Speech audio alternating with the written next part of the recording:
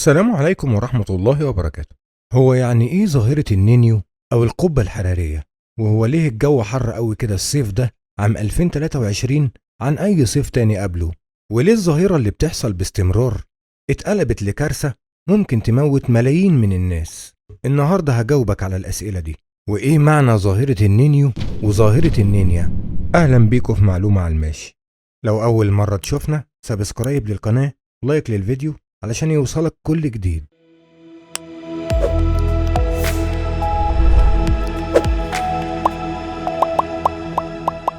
في كتير من الظواهر الطبيعية بتحصل على كوكبنا يوم بعد يوم، إنما في الوقت الحالي بيتعرض كوكب الأرض لارتفاع قياسي في متوسط درجات الحرارة. من الطبيعي إنه يرتفع متوسط درجات الحرارة خلال فصل الصيف تدريجياً، إلا إن في السنوات الأخيرة وبالتحديد صيف 2023 معدل ارتفاع درجات الحرارة ما كانش طبيعي. تخطت درجات الحرارة في بعض البلدان العربية لحد 50 و60 درجة. في الوقت الحالي البلدان العربية وفي مقدمتهم مصر بتواجه ظاهرة القبة الحرارية أو النينيو. ظاهرة النينيو أو النينيا هي ظواهر طبيعية بتحصل عادي كل فترة.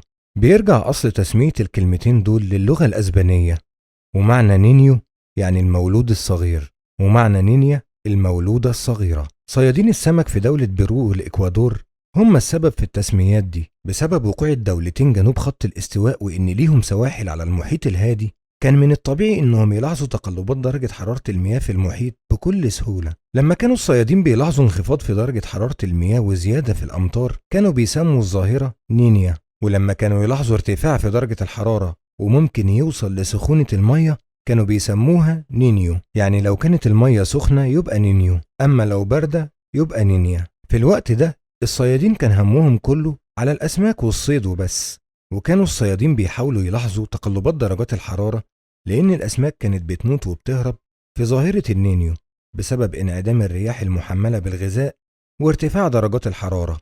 إلا إن ده ما منعش استمرار التسمية لحد دلوقتي وفضلت موجودة في الوسط العلمي. خلينا نشرح ببساطة يعني إيه ظاهرة القبة الحرارية أو النينيو. الظواهر دي بتكون عبارة عن احتباس أو ارتفاع في درجات الحرارة في منطقة معينة على الأرض أو في المحيط، وفي الغالب بتحصل على امتداد خط الاستواء، وبالتالي بعد سخونة المية أو الأرض بيرتفع الهواء السخن للطبقات العليا من الغلاف الجوي وبتوصل لحد 50 كيلو متر. بعدها بتقوم الشمس بزيادة سخونة الهواء وبتدفعه للأسفل وينزل تاني للأرض. في طريق الهواء للأرض بيتعرض لضغط شديد وبتزيد كثافته ودرجة حرارته وبيوصل للأرض على هيئة موجات شديدة السخونة. بيصاحب الظاهرة دي رطوبة عالية جدا ورياح خفيفة، واللي بيخلي الناس تحس إنها فعلا في فرن. وطبعا بعد اللي قلناه ده كله في تفسير الظواهر، مع ارتفاع درجة حرارة الكوكب أصلا بسبب الاحتباس الحراري وذوبان الجليد وثقب الأوزون، وصلت الظاهرة المرة دي لحد الخط الأحمر،